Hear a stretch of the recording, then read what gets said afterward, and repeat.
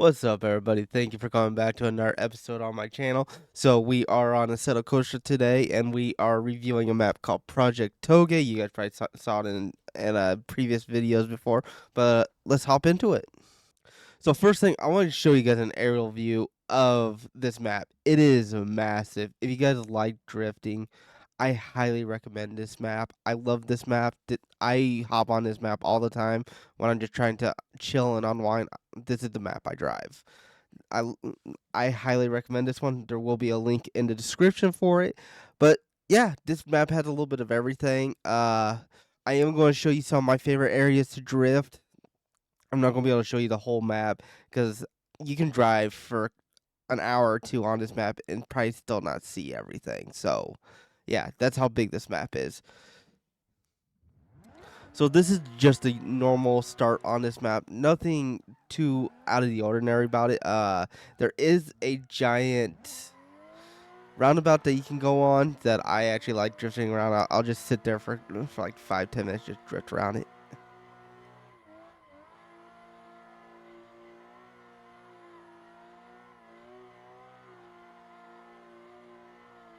But you guys are not here to see me drift around this roundabout a whole bunch.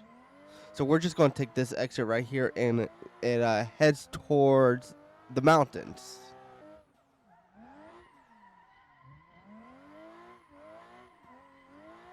Now, this is a pretty cool area that's coming up. You go basically under a small overpass. Now, I can never get this entry right, and I always crash it. I don't know why.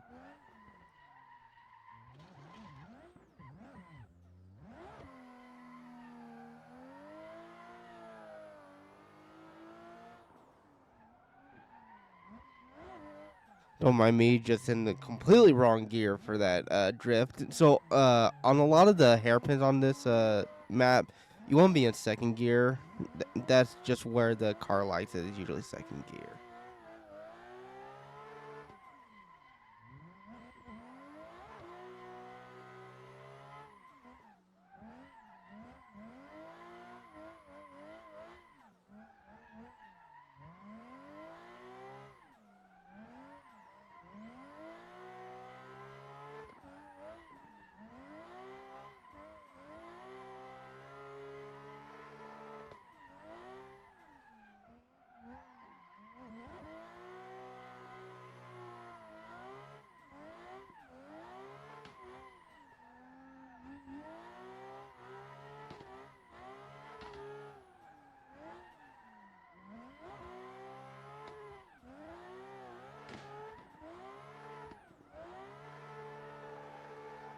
Now we're coming to the first little cool area of the map.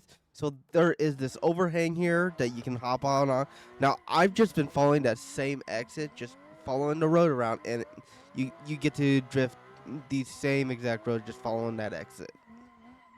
And if you're wondering, no, you cannot ramp off of this. I wish you could. Now, after you get done there, if you just keep following the path, you will hit this. This is one of 3 tunnels in this. Now, I haven't driven this tunnel very much, so I do not know it very well, so that's why my drifting is a little bit shaky in here.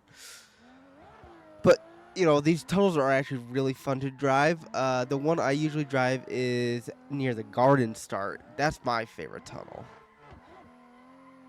This tunnel seems to have a bit more tighter turns and everything like that, unlike the other one, which has a bit more flowy turns.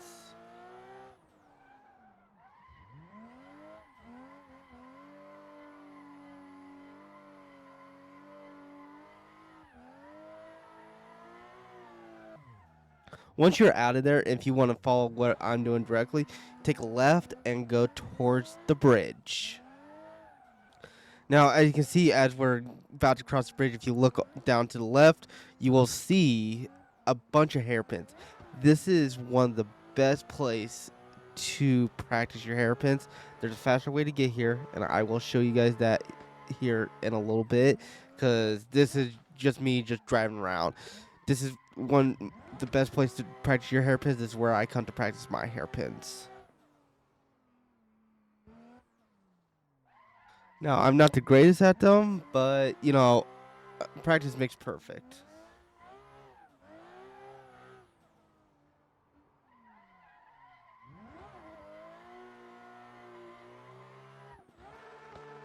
So this is one of my biggest gripes about this map. When you crash, because you will crash, there's no way around it. Um, it likes to pop the wheels. Other maps do it, but this map loves to do it. Very annoying, and the only thing you can do is reset the car. But since we're resetting the car anyway, we get to talk about my favorite start. I love the garden start. This is my favorite start. This is the one I always use. Uh, the regular start's fine if you want to do some roundabouts and stuff, but this start has everything closer together that you would like to practice, more flowy corners and that sort of stuff.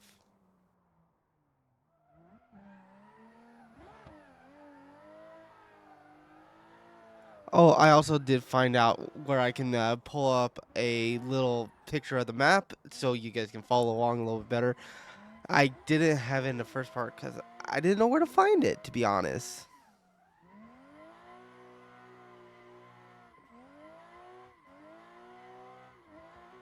Now, this is my usual route when I load up this map. This is the route that I always take 9 times out of 10. This is my favorite route. I don't know why. The way the drifting works on this route is it's very flowy and has a few small technical parts, but more just flowy, which I like.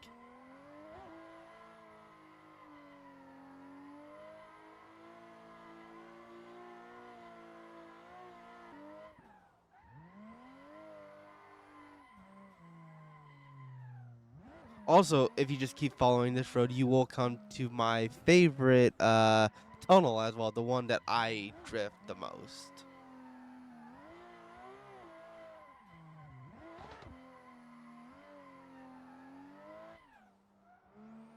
Once you exit the tunnel, if you're coming from it from the way I came at it, you want to exit to the left. And if you follow this road, you will get to those hairpins again. And like I said, it is a much faster way to get to these hairpins. No, I'm not going to make you guys watch me fail at these hairpins again. Don't worry.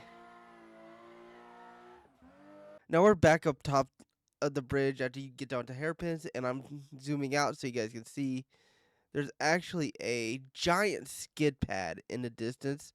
That is where we are heading. Now, this is the last thing I am going to show you guys. I highly recommend you guys download this map and look at it because there is so much stuff you guys can find in this map, and I just don't have a time in a YouTube video to show you guys everything. Now, the reason why I'm stopping on the skid pad is because this is a great place to practice some tricks, if you will, to try and mess around with the car, see what you can and can't do, and that sort of stuff. That's what I use it for, and it is really good for that sort of thing. All right, and then I am going to score this map to hopefully help you guys uh, compare it to other maps, so you guys can decide on which ones you want to play. So first things first, drifting areas. This map's getting an 8 out of 10. Now, the reason why it's not getting any higher is because you have to drive to get to a lot of the areas just because the map is so damn big. Um, the bigness is actually going to get some points docked from it. I'm only going to give it a 7 out of 10 on the size just because it is too big. It's too big. I love this map, but it is too big. Scenery.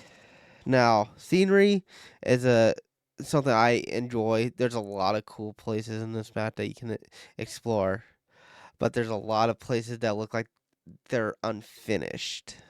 You know, so I would probably give this map a score of, I think about 7.5 out of 10 would be a good score for it. It had some amazing places, but some places just look dead. So 22.5 out of 30 points. That's a pretty good ranking, I think, for it. I love this map, like I said, and I'm trying not to be biased or anything. But that's it. Like I said, I do have a about 4 or 5 minute clip of just me drifting this map. If you guys want to stick around and watch it, if not, I hope you guys enjoyed it. Let me know what maps you guys would like to see or anything along those lines, and I'll catch you guys in the next one. Peace. Sorry about the rev limiter in the beginning.